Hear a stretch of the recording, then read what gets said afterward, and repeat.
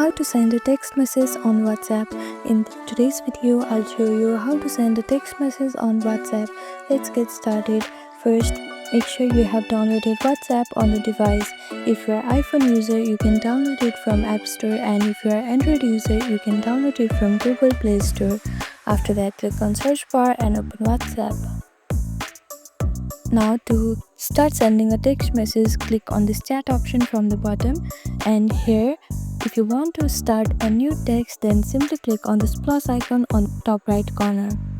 Then scroll down and choose the person that you want to chat with.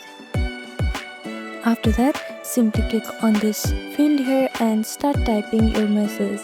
Then click on the send option, and that's it. This is how you send a text message on WhatsApp.